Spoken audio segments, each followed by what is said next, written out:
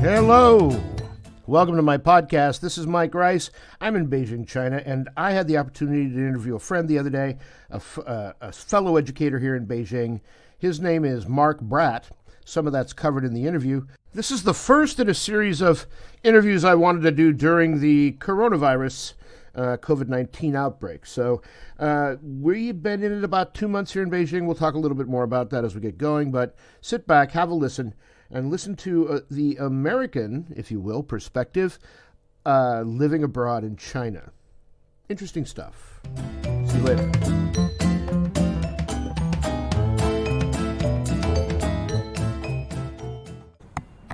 All right, so beginning, we're sitting at Great Leap 45 enjoying a beer on a beautiful sunshine day in Beijing, China. I'm with my friend Mark Bradt, and he is a educator here in Beijing. And I wanted to have a discussion basically about... This is the inaugural voyage, right? Yeah, this is the very first one. Absolutely right. Do you have a name for it yet? I don't. I've got to come up with something. I was thinking about playing on that Love in the Time of Cholera title. Sure. Yeah, we'll see if that goes. Interviews and what's that? The Painted Veil. Yeah, exactly. Yeah, exactly right. There you go. If this is being listened to in the future, we are in the middle of the coronavirus outbreak here, March 20th, 2020. Absolutely true. Yeah, it's only been a few months since it crawled its way out of Wuhan. Has it only been a few months? Gee, couldn't tell. It's been pretty rough. It's been pretty rough. The isolation and the changes, and so as comfortable as you are explaining, can you start maybe at the beginning? When did you come to China? I've been in Asia since I was 18. I was a Rotary study abroad scholarship exchange kid to Japan. Went back in college for another year of homestay in Japan. I loved traveling. I loved Asia, so I went to Taiwan. Met a girl in Taiwan. We dated, and after I graduated and acted for like a year, I decided I didn't like being poor. So that girl from Taiwan was originally here in Beijing. She's like, "Oh, why don't you come? We could give it another shot, date again." And I came here 8 years ago, 2011, November. Yeah, 8 years. And I've been on the Great Wall movie. That was weird. Yeah. And I've been here ever since, being education mostly. Recently, past 4 years, kindergarten teaching. Well, that's interesting. That's a long road. I'm 32. So yeah, God, that is a long road. I didn't realize you were that old. I mean, I guess I knew you were 30-something. So did you? So you've been here in Beijing for 8 years. Have you worked for the same place all that time? No. My very first job is where I met my wife. Now I'm married now, different woman. But at the time she was just my boss, and we became friends on smoke breaks and stayed through, and we started working together. And when I jumped to her company, like at a later time, I switched companies, and then got another job working for a different company with her. We started a relationship, and years later we got married. Yeah, and that's been almost 2 years, you said. We've been married for 2 years, together for around 5 or 6 at this point. Wow. And what's her name? Iris, or Wang Xue, if you want her Chinese name. Yeah, well, that's fine, yeah. Of course, that's her actual name. Yeah. It was funny because, like, a year into dating, I had to say, like, so, I don't know your actual name. Dating, but known each other for years. There's a couple of things I don't know about you. First of all, what's your name? What's your actual name? This is what it's like in China. Absolutely true. Yeah, I've got kids with some great names. Like a lady married her twins, Leandro and Lorena, which are both regal names, right? They both mean king or queen or whatever. And so I can remember thinking that it was kind of a luxury in a way to be able to choose an almost different identity. Yeah, there are a lot of, as far as the naming conventions go for naming their kids here, they do a lot of things that end in Y for girls: Candy, Mickey, Tracy, Stacy, Lacey. Yes, yeah. Pinky. I'm so glad my wife's name is Iris. That's actually a pretty cool name. It's an old name too, isn't it? I mean, it's like turn of the century. Yeah, turn of the century kind of thing. It's interesting too to look at the people who don't have English names. So you run across them all the time, of course, because they're people, and they have Yeah, Chinese. like, In China, I have a name. Why do I need another? yeah, exactly right. Okay. And they don't deal in the world of English, as it were. Yeah, So although that having been said, man, even being here as long as I have and speaking Chinese as well as I do, Chinese names are still so hard for me to remember. I know. And like, you get here as an American, like, what's your name? It's like, Wang Liu Sun or whatever, and you're like, I'm not gonna remember. Like, even for me, it's just it. It is brain tough. Don't work like that. And the other part of it is too that and this is going to sound a little racist, I suppose, but we're only recording it forever. Yeah. Like, get it down. Let the world know. Yeah, let the world know who I am. Yeah. But the little kids with names, I've got a little boy. He's too young to be in school, but that's another story. His I'm not sure if it's his name or his nickname. That's the confusing part to me, because they'll call him Ding Ding. That's definitely his nickname, the Xiaoming. They take like, they have different names. There's a lot of like Duo Duo Ding Ding or like, Xiaomai or whatever. They have all these little. This all probably sounds like gibberish to listeners who aren't actually up on how China naming conventions work. Well, then they should get up on it, because I'm not changing the tape. All it takes is 8 years of banging your head against the wall, and you'll get it. These names will sound. Well, I've been cute here to you. 3, and as you know, my Chinese is brutal. Right. I can get around and order beer, but outside of that, you called me out the other day on the directions, and I was like, and of course I knew them. That's the worst part. It's Bei, Nan, Dong, and Shi. Yeah, there you go. You learned it. Look, well, no, I knew it. That's the worst part. Is when I'm questioned or when people speak to me in Chinese, I go, and the wall comes down. Yeah. And I go, okay, well, and of course the Chinese speak very quickly. Well, yeah. As we do. They say we talk too fast, and so and it's because it's another language, and this one obviously more complicated than most. So Chinese being unbelievably historic and complicated and cultural. I speak Spanish and Japanese. Yeah. And I thought Japanese was hard, and as I feel like I've earned the right to say this after all these years. No, Chinese is really hard. Anyone who tells you Mandarin is easy is lying. I know. To make them like, it was really easy for me to learn Mandarin. No, they're lying, and they're just trying to look cool. It's a very difficult language. There's a guy on the internet who is selling a package to teach you Mandarin, to be able to have conversational Mandarin. Sure. And basically, all he's doing is giving you a list of things to say when you walk up to Chinese people. So you memorize, which I guess that's like the first step. It's a stepping stone. Yeah, but it's not. But it's not a thing, right? It's not like you're learning to speak Chinese or you have a sense of the cultural relevance. So what he has done is he's actually learned Chinese, and he says, well, these are the things that will impress Chinese people. Sure. If you have a cultural reference in there, or you can speak a word that isn't normally spoken by Western. So he makes it seem like this amazing thing, because what he has is all these videos on YouTube of people walking up to Chinese people, and the Chinese people are like, whoa, you know. My favorite thing my go-to way to impress people, it's really easy. But if you always get your Chinese is so good. And you get the reply that always gets a laugh. I've said that about you as well, yeah. It always gets a laugh from me, whether it's good or not, is when they get it, like, your Chinese is really not bad. Yeah. What you should say is 过奖, which is really just like, it's a really formal and kind of like really polite way of saying like, you're flattering me. It always gets a laugh, because it's not the easiest way to say it, but it's very good. Yeah, it always gets a laugh. So. Well, the other part of that, of course, is that I think the Chinese are very, at least on the surface, when they first meet you, are very kind and accommodating, no matter what their personal feelings are, because, as you know, they're people. So, but they have a cultural thing that says you're a guest and we'll treat you well up to a point. And I've had people tell me my Chinese is good, and I'm like, nah. You're being polite. Yeah, you're being very polite. It's very nice of you to say. That's because I could go in and order apples, Yeah. 1 apple, please. Yeah. Wow, you're fluent. And you just go, and you hope it's right. That's the worst part. And the thing, another stumbling block has been for me is that I'm not sure if what I'm saying is right, Well, so that and people, you learn and they through get that dog in front of the gramophone look with their heads tilted, and they go, yeah. Shema. Yeah. But that's what you learn. Like, okay, so that wasn't right, and like in my experience, the people who have the biggest block with learning Chinese are the people who are too embarrassed to be wrong or look stupid. And it's like, look, you're gonna get it wrong.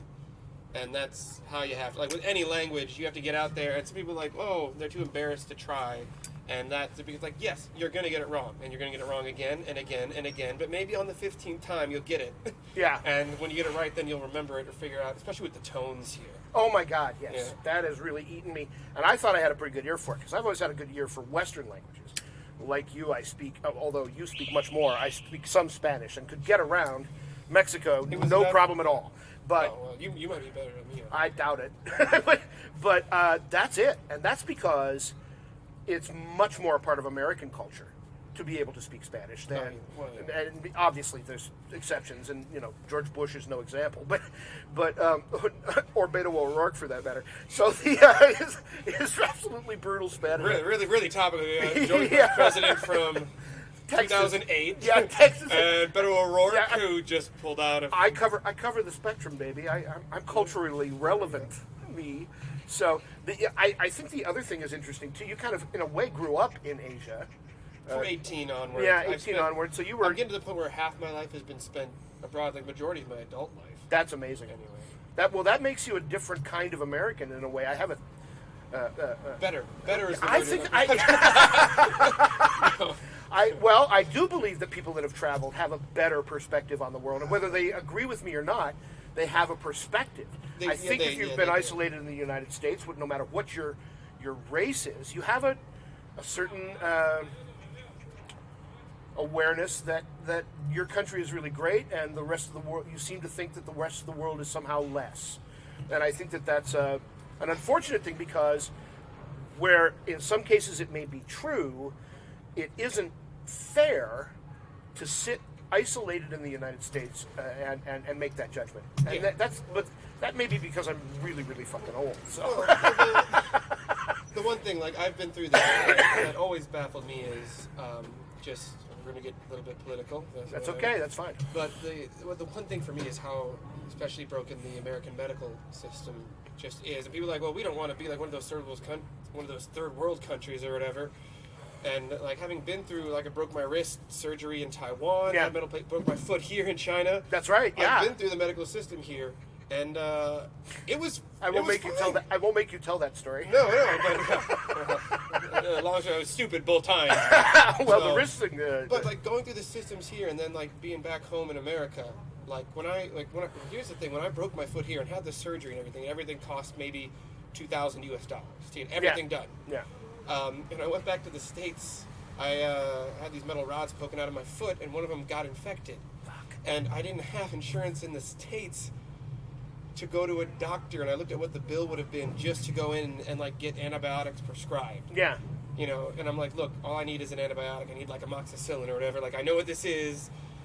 I know how to deal with this. But it would have cost me more to go in without health insurance to get it fixed, and the entire surgery cost me brought here. And people say, like, we don't want the medical system to be like overseas. I'm like, why not? I get you. Honestly, I wrote an Instagram post when remember when I called you, and I was like, I think I might be dying. and the lovely and talented our manager, yeah, Lisa. Oh my God, Lisa, I can't. Chinese name, Li Jinhua. Oh, I didn't know that. Yeah. No, hence Lisa. Yeah. I tried to do that with Goldflower. Yeah. Oh God, that's a good name. Then the Lisa, who is I don't know what, 130 pounds soaking wet, right? She's a small lady, a diminutive lady who is runs a type ship. She was our yes, manager. We were co-workers. Yes, absolutely right. Yes, this is how we know each other. The walked me, a hulking 300-pound dude, through, and I'm not tall, I'm just fat, walked me through the steps, because as you know, in Chinese hospitals there's like they walk you through like a complex. Yeah, all the registering from counter to counter. Exactly right. Yeah, and she took care of all of that. On top of which, there came a point when I almost couldn't stand, and she literally took my arm around her shoulder and walked me through the hospital. Yeah, so Lisa will always have that are really humbling. Just kind of. The bill for that was, I think, 3,500 kwai. They had to give me. Around 500 US. Exactly right. They had to give me antibiotics, and Christina actually came and saw me because she wanted to know. How soon can you Yeah, get back to work? how soon can you get back to work? And she, Two sides of the coin there. and I made a joke that the antibiotic looked like pee, and I said, "You're checking that they're not just putting pee in my veins, right?" And she thought that was really funny. That I just remembered that. I'm sorry, but anyway, the point is that it was very affordable. And I wrote an Instagram post about I don't want socialized medicine. I don't want it to be determined by the government what I get for healthcare. But I think there's got to be a middle ground where these kinds of things are affordable. Yeah, That you cannot, and you know, I hate it when they say it, but it's true. You cannot enslave people so that they can get medical care. You can't financially enslave people. I'm with you in theory, but here's the thing where I think that personally breaks down is the fact that, like, you know, you don't want the government controlling your thing. But I've looked through, in my entire medical history, I've never had a choice.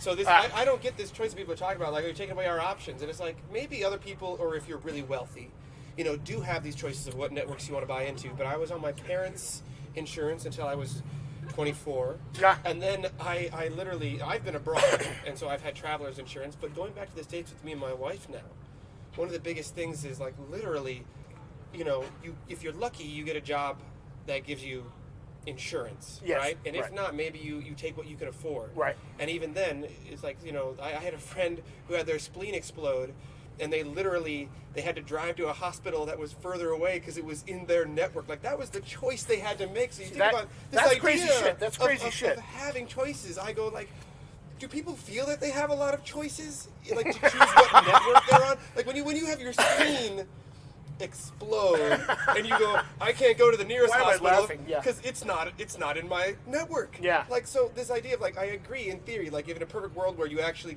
everyone got fair chances and shakes on what to choose, yeah, in spirit you're right. Like, I don't want to take that away, but my entire life so far, like, that has never been a choice.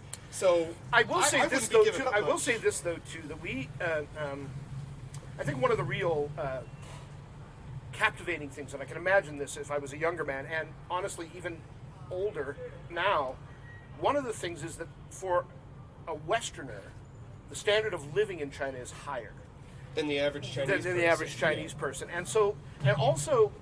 There's a certain amount of the Chinese don't want to deal with the fact that you might not get good care and die in their hospital.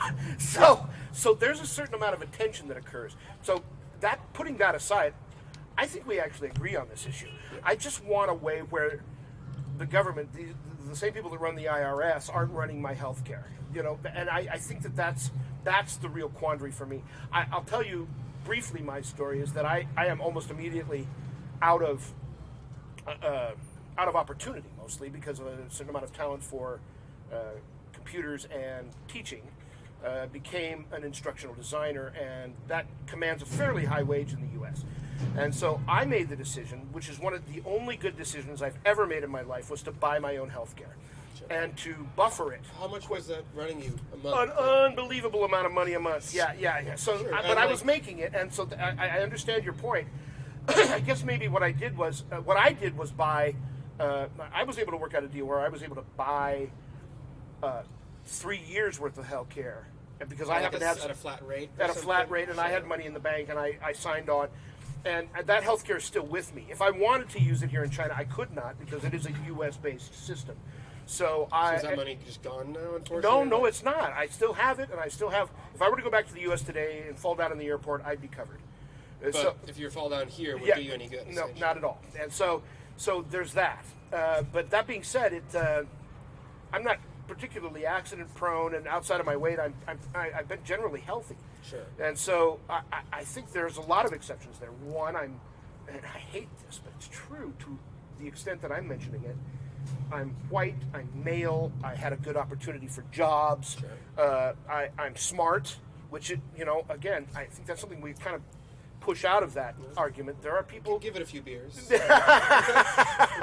I'm smarter than the average bear, and so I don't worry about people who are smarter than the average bear. They will figure something out. You will figure something out. Yeah. And, of course, you'll have to now because you're going to have kids eventually. And, oh, my God, you are in for it. I think it's Look amazing. out, world. Yeah. But you're right about healthcare. So tell me more about... You said you did some stuff for movies. Tell me about that. You've worked with some actual movie stars. So there was a really bad movie that came out in 2016 called The Great Wall. Everybody says that. They always preface it with this really bad movie that came out. Well, it wasn't a good, but before it went on, like I randomly got this. I forget how I got it. It was a call in like a WeChat group. WeChat is, I guess, essentially WhatsApp here in China. I've been abroad. I don't know I don't know what the Americans use now. Are they the same company? I thought they were different. I got my first. Oh, that's right. You're not on WeChat. Well, no, you are I'm on WeChat. I just don't have WeChat Pay. Oh, that's right. Okay. I'm a Luddite. I refuse to move up until I have to. I didn't get my first smartphone until I was here in China. I don't know what the. And your smartphone's 8 years old, isn't it? No, it's like 4 or 5. Oh, only 4 or 5 years old. I'm on a 2G network. Yeah. Awesome. It's awesome. Great. You might as well have a damn flip phone. Yeah, I did until I got. So I was in a WeChat group, and it was a job acting group because I did a lot of dubbing work for Star Times, which is a company that does cable dubbing work here. And they put out this ad like, look, where an actress needs a dialect coach for this movie she got cast in. No, am I right that was Fan Bingbing? What? No. This is Jing Tian. Oh, okay, sure. I always get the tones wrong on her name, but she's been in. She was in Kong Island, Pacific Rim 2, the Chinese lady. Oh, is that who that is? And she was the lead female. Oh, I was the lead thinking Chinese actor or actress in The Great Wall movie. And I didn't know this at the time. I just got it. And I think everybody thinks she speaks English, does she? Yeah, she does. She does speak English. Her English is actually pretty good. But they picked us up in a van with like 10 other people, brought us out to this hotel in Huairou where they were filming, or they were going to start filming Legendary East. And we sat down 10 in a room, and I spoke some Chinese at the time. It's better now. But we all sat down in 10, and she came in, and I was the last person to get asked kind of questions. We all kind of gave her history. And I said, well, I was a stage actor in America. I've been doing acting work here. I speak Chinese. And she's like, oh, what's your favorite TV show? And I said Game of Thrones at the time. This was before the 8th season. I've heard stories. And I said, oh, I gotta be honest, I'm a huge nerd. I love Game of Thrones. And she's like, oh, she started talking about Game of Thrones too. And she said, did you know that Pedro Pascal, who played the Red Viper of Dorne, I don't know if he played Oberyn Martell. Yes, okay, yes. And like, he's in this movie. And so we had this moment of connecting. And she's like, oh, and you actually acted? Oh, yeah, I did stage acting at dinner theaters back in America. And so like everyone else in the room just kind of sighed. And I got the job to be her dialect coach. Nice. For the movie. I met her, and she was at the time dating like almost the Jeff Bezos of China. At the time, like a billionaire who essentially. Is that what's his face? Jack. No, not Jack Ma. But it's someone else who was like number 2 or 3 on the list, essentially. Yeah. And so I was with her for a month in Huairou. I got fired. I lost the job. I got fired a month in. Oh my God. Because she had this manager who. I don't know. It was me. I'm a very honest person, and I could tell you, at least from my perspective, why I got fired. She had this manager or agent who was kind of like her, go for things, and me and him to just not get along. He was like, "Oh, Mark, don't, like ask questions or say the wrong thing." And I just kind of told him at one point, I'm like, "Man, fuck off! I'm not gonna I'm just gonna be me essentially." And so he got me fired. Which hey, that's. If part of your job is to make the people happy, and I wasn't doing it, sure. But for a month, I was on set every day helping her with line readings and dialect and working on intonation to make her sound more natural for her scenes. Yeah. Met Matt Damon, went out to dinner with Pedro Pascal, who's super nice. I think he's cool, yeah. I met Willem Dafoe. Did you really? Yeah, I shook his hand and said like 2 words to him, but he was super nice. Yeah, he's actually... I'm not sure I'm a huge fan, but what I'm a fan of William Dafoe is his craft. This dude functions on that level of the great actors. And whether you like him or not, he absolutely is perhaps the quintessential actor. Yeah. And I've seen him in so many different things. Anyway, sorry, I didn't mean to go off on him. No, that's the story. I was on set every day, mostly doing nothing, like 8 to 10 hours a day, staying in the hotel with the driver and everything. Yeah. But met Zhang Yimou. Certainly one of the weirdest experiences I could have imagined having been here. Were you ever up there on the wall with the was that a set or was that? No, we were in Huairou. They were shooting all the indoor scenes, and I was fired right before they were going to Qingdao to film the outdoor scenes. So I was there for all of the indoor. So in Qingdao they were actually on the wall. No, I don't think. does the wall reach to Qingdao? I don't think it does. I don't know. I'm sorry. Maybe it does. Maybe, or they had a set built for the outside. Either way, yeah. But wow, I wouldn't know. That's an interesting experience. So now you've done. Hold on, this is digging into my chest. So now you are doing other. Well, tell me, are you? Now I am a man of mystery. Okay, that's right. Okay, so let's see, what else is there to talk about? Gosh, but yeah, the problem is with now is that because of the coronavirus, I was originally supposed to be on a plane to head back home and immigrate with my wife to America. So things were supposed to be wrapping up here. But we were literally in the process of getting my wife's birth certificate. For those of you who don't know, if you want to immigrate to America, you need to get a birth certificate. In China, if you don't have it, you have to go back to your hometown in the hospital where you're from to get it. And the irony of ironies, her hometown is Wuhan. So this is literally like mid-January. She had originally bought a train ticket to go back for Chinese New Year. Yeah. And like it's like, and they're like, we had our immigration lawyer to go to the U.S. And she's like, I need your birth certificate. Great, we'll get this taken care of. And then like Wuhan is closed. Like Hubei not open anymore. So we So it's a good question what I'm doing here now. The question is just kind of hunkering down and waiting for this all to pass. Well, that brings me to the last topic, which everybody's going to want to hear about, the perspective of what it's like to live, and granted we're in Beijing, which is not as adversely affected as some other places, but it's still... it's been pretty effective. Yeah, it has, and I don't mean to denigrate that in any way.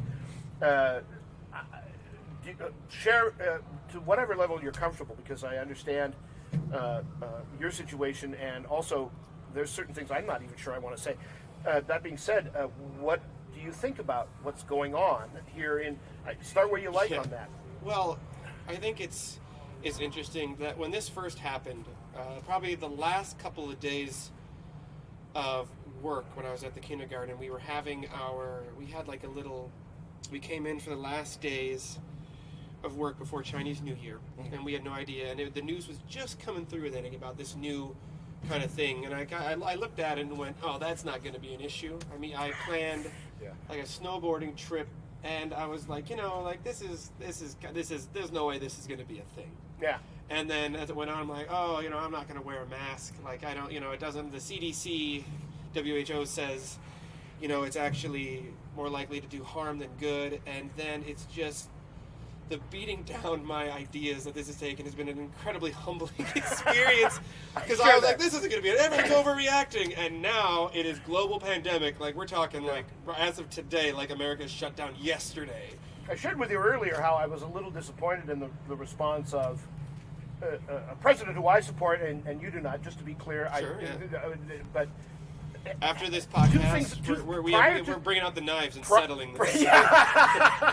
Civilized society. Prior to this disease, I do want to say that it has been refreshing to speak with someone who does not share my views on politics, because I have pushed against the bubble for so long. Sure. It is easy to get locked down. You get locked inside your... Like, again, absolutely. If there's one thing I'd like at this take with this divided as American, look at me and Mike. We're sitting here having drinks. We're friends. Absolutely right. I mean, and like, come on. The demonizing of the other side from both sides is just terrible. There's a little bit more empathy in modern conversations with how people view each other. It's really gone crazy, and but then the virus hit, and then of course things were still, people were like, well, it's Trump's fault, and I'm like, okay, whatever, just breathe, breathe, and then the toilet paper, hand sanitizer thing, at Costco and stuff. It's so depressing. You think that people would band together. The worst part is, I'm sure I know some of these people. So the sad part is, real depressing. Yeah, it is. And then finally we get that never happened in China. I know. I took a video of it. I'm going to post it if I can, because I'm like, look, here we go. This is China's toilet paper section. When it first hit, there was a little bit of panic buying, like a little bit. You go into the stores and a few things weren't as full as they. This was when it got really bad. Yes. I went to the supermarket and some things were at, normally you go in and it's full shelves for as far as the eye can see, and things were at maybe half shelf. It was a bit more spotty. You could tell that there had been a bit of it. But you did And hand sanitizer did for a while disappear in my grocery store. Sure, yeah. Somebody, what do they call those guys that go and buy stuff up? The price gougers. Yeah, there's a Chinese word for it. I can't remember what it is. But Asshole. Anyway, yeah, yeah. Translated. That's Chinese. No, that's the Chinese. It's really weird. It's even English. Go figure that. But it stopped. And supply chains were resumed. Well, and the Chinese government very quickly made it clear that if you're trying to price gouge on these things like online, we're going to shut you down and fine you. And they did. I've seen a couple of things in the news. I read the Global Times, which I try to avoid because I don't know. Anyway, the point is that they were talking about how, obviously, they were talking about how well the Chinese government was handling all this, and this is early on, right? And yeah, it was funny because at first I thought they were overreacting. Like, I'm going to eat crow on this. Like, I thought China was overreacting, and now I'm like, no, I was wrong. They were right. I will say welding people into their apartments was a little weird in Wuhan, but I get. That's the extreme. Exactly the right. one story out of 1,000 and a that makes mistake, the news. which I think they've been willing because of fire safety. Anything just for fire safety at that point. Yeah, absolutely right. So anyway, that whole thing came and went so quickly because China was about maintaining the stability of a country that, quite frankly, teeters on the brink a lot. And I think, and here's, okay, so this is me being old conservative dude, but part of me is also unbelievably compassionate, if I do say so myself. And, tell me more, Mike. Yeah, but for the last 200 years, starting back with the Christian rebellion here in China, which was the Boxers' rebellion. Yeah, well, no. Prior to that, there was a guy in the early 1800s who adopted the Christian faith and then scourged most of the middle of the country. Then came the Boxer Rebellion. Okay. Then came the revolution.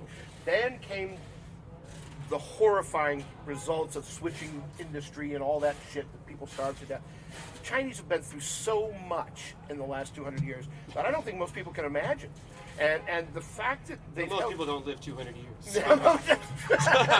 So for all of you that are 200 years or older, you probably know what I'm talking about. Some shit. But as a people, they've been what was the Civil War like? That's crazy. Well, that was during. So anyway, that's my point. Is that was during. Actually, I'm sorry. That Christian rebellion was just prior to our Civil War. Yeah. So anyway, they. And I say Christian with quotes around it because the guy kind of went nuts. I don't know. I have to look into that. Yeah. So the. Anyway, the point is that the Chinese people have been through so much, and so I respect the certain amount of China great isolationism that they celebrate here. Yeah. And I don't have a huge problem with it. But I have to say that I have not suffered really outside of the isolation of self quarantining and having to switch the way I teach. Mm-hmm. I haven't suffered at all. Beer's been plentiful, and I have not had a problem finding food. I will say that they cordoned off neighborhoods. I don't know if they've You can't get in if you don't live there. Yeah, exactly right. It's interesting because I've got a little card I show. It's been slow ramping up. I remember the first time my community had like three entrances and exits. And I remember at like the 2-week mark when this was kind of going up Chinese New Year, I remember they closed the other 2 exits. Yeah. They said there's only one entrance you can go through. Yeah. I'm like, oh, this is annoying. And then they started posting guards with temperatures. Check the little radar thermometer checks it out again. I'm like, oh, this is annoying. And then they give you specific cards. Like, unless you have this card, you have to show this card and get your temperature checked. I'm like, oh, and they're like, okay, now no packages.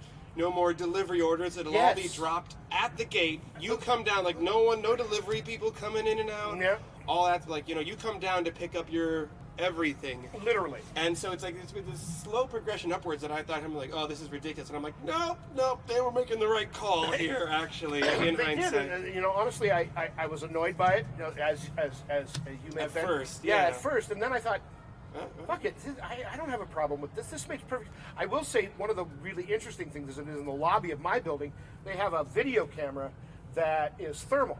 And as you walk in and you're hot, like I had my helmet on. Sure. And from riding my motorcycle, my head was hot and it showed red. Did it like an alarm go off? Well, they stopped me. They stopped me and they took my actual temperature, which was obviously fine. But now I literally take my helmet off long before I get to the door so that I don't get stopped. Well, here's an interesting thing.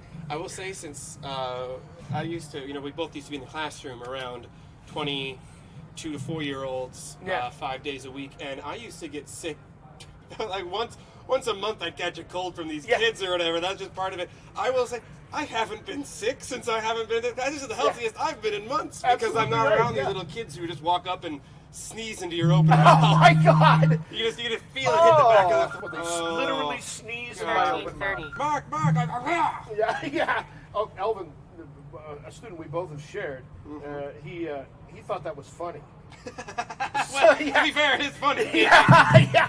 Man knows his material. Yeah, good sense of humor and fairly one of those kids that's really smart, but somewhere on the spectrum. Which is, and just as a sideline, let's talk a little bit about education, and then we'll bring this to an end. What do I got to do today? It's Saturday. What's open? When we're done, we're going to go drink a little bit. Run a marathon.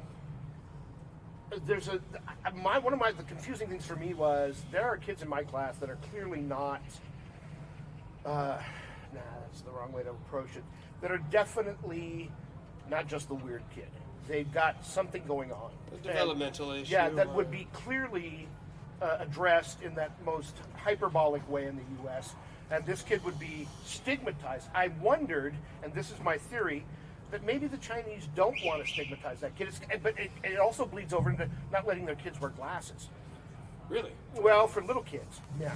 I don't know. It's my understanding of it has been, the thing is that in one area where China is maybe lacking or a bit behind America or Europe is that they don't really know how to deal with kids who are perhaps on the spectrum or have learning disabilities, specifically to that kind of thing. And so if a kid gets labeled as such, or if you try to, I've seen it go both ways. I've seen another teacher who used to work at our company tell a parent, like, look, I'm not a doctor, but he's showing all the signs of maybe autism or something. And there have been parents who, understandably, I think, the very notation, or the implication that there might be something wrong with their kid who they obviously love, like, man, like having to tell maybe a parent that is like, maybe got to be the most unpleasant part of. Well, I can't imagine it's good anywhere, but my theory goes just a step further, and correct me if you think I'm wrong here, but I think maybe it might not be as bad, because we're looking at it from a Western point of view where we said, we've diagnosed this as an actual thing. In the West, we believe there are kids and there's ways to deal with that. In China, they're saying, we don't want to stigmatize our children at all. We're going to envelop them in the community, and we're not going to recognize these less than crazy psycho killer bullshit. It depends on where you are, man. We're in a city of people, all of our clients are definitely the more well-off, the wealthy. Middle class, upper middle class. A lot of these kids, man, they do get pulled out of school because they can't behave, or they get pushed aside, and that's just kind of it for them. Yeah. Because there were the services that did not exist, one of the really bad kids we had, I guess, that I've seen, their parents did the right thing, and the services to help their kid simply were not available in China. They moved to Singapore to get their kid into a program that he needed. That happened with a kid at UNDA, but she had cerebral palsy. Sure. And so rather than raise her here, because they took her to a much more Western-minded country. They don't exist here. And if you're rich and can afford to go to the schools we've been teaching at, that's an option. The majority of the Chinese population does not fall into that. Like, you're talking about a girl with cerebral palsy who was going to an expensive private English kindergarten. Yeah. You get out into the sweet kid. Yeah, I mean, but you get out into the some of the third tier cities where that simply isn't an option, and you're not seeing these kids because they're staying home and being taken care of as best they can, but they're kind of pushed out of society. And I don't have a solution to that. No, well, that does shine a light on it. Honestly, maybe that's one of my shortcomings, not just here in China, but in general. Yeah, we have a very limited scope. Yeah. Like, I've visited the other cities, but I've been in Beijing within the third ring pretty much my entire time here. Yeah. I mean, I get out, I hang out with, the plebes, so to speak. Like, but like the normal Chinese citizen I interact with is probably upper wealthy middle class. Yeah, as true. I'm sure it probably is with you. Well, most of our parents are doctors. Pilots. We have a lot international. We have a lot of doctors, lawyers, advertising, there's a guy that works for executives. IBM. Rocky's dad works for IBM. Yeah. So there's lots of. So they are definitely the middle class, upper middle class. Upper middle class. Yeah, of China. Yeah, definitely. So. And I like our school because it's an all-day thing. It's more of a. It's almost more of a. Yeah, that's how I do it. Yeah. Yeah, I like it. The class system that places like EF and Disney and some of the other institutionalized schools use has a tendency to be a little bit showy. For those of you who are listening, EF and Disney or whatever, these are the English schools based on these corporate brands. These are brands of like one-on-one tutoring or group class. Private, you pay a fee, you come in, you get a couple hours of English lessons. Or you get, as a teacher, you teach 5 or 6, 7 different classes of different students a day, as many as 150 kids. Yeah. And so behavioral issues can't be dealt with on a long-term basis. You can't. It's hard to correct it when you only got half an hour with the kid. And so like most class situations in that case, anywhere you teach that way, the less than focused children have a tendency to fall behind. Yeah. And fall out, which is, I guess, I don't know. That happens everywhere. That happens in America, too. It does, I remember being in grade school and remembering Wayne. Wayne, listen to the, come on, man. The teacher's talking. In high school, it was Victor. It was Victor. We had one in every class. The entire world over. For the record, Americans, this is not just limited to America. The same thing happens in China. You pay for your lunch at the cafeteria, and then if you brought your tray back, you got a dime. And so everybody would just give their tray to Victor. And he would walk away with $4 or $5 a day, just picking up trays. He was a good guy, and him and his brother both were a little odd. I come from I was raised on an island, I went to school on an island. In the woods with feral hogs. Not too far off, brother. The difference is that the island was also full of very wealthy and most recently nouveau riche people who have so the school was an exceptionally good school, and so high school for me was I was very lucky. But I forced my parents to allow me to go to that school. I went to a school on the peninsula that was honestly I'm not sure it was the right decision. What state is this? Washington State. Washington State. I went to a school that was much more focused on industrial skills. Sure. And honestly, I'm not sure I shouldn't have done that because machinists make more than I ever made. So so I may not have taken the right path. Anyway, so thank you for this. The first of many interviews. The first of the interviews. I hope to do many more. No, twist my arm, drinking out here in the sun. Yeah, well, we'll do it again and catch it after the virus if you're still here. And you can't go anywhere now. Yeah. Until Wuhan opens up, you guys are stuck, aren't you? Yeah, probably. Hopefully this will die out with warm weather. That's been the theory floating underneath all the other tensions. It's a beautiful day here in Beijing, and it has been the last 3 days. Yeah, it got to 22 degrees yesterday. I know. I was like, dang, and I wasn't out riding because I was teaching. Recycle. It's my liberal. Sure feels like a summer day in March. This is great. I got a notice from Instagram 2 years ago in Beijing. It snowed 7 inches on the 17th of March. Jeez. Yeah, it's completely. I have no idea what's going on. Well, I'm in a T-shirt. I'm thinking wearing these jeans was a mistake. At this point. Yeah, I know. I should have. I've got a hat on, but it's only to protect my bald head. To the future generations who are listening to this. If there were already, well, it's honestly. Maybe you'll have I'm sure you'll have the same temperature in February, so we'll get there. So, thank you for listening. No, thanks for having me. Thank you for coming, Mark. I really appreciate it. Again, my first interview. I am the inaugural. Your first time's always special. Absolutely true. Looking at my eyes, Mike. Don't make it weird. Just leave me on the bed when you say thank you. All pashar. There you go. So I love the Chinese people. Beijing is a wonderful city, and thank you very much, Mark Bradt. Very good. Yeah.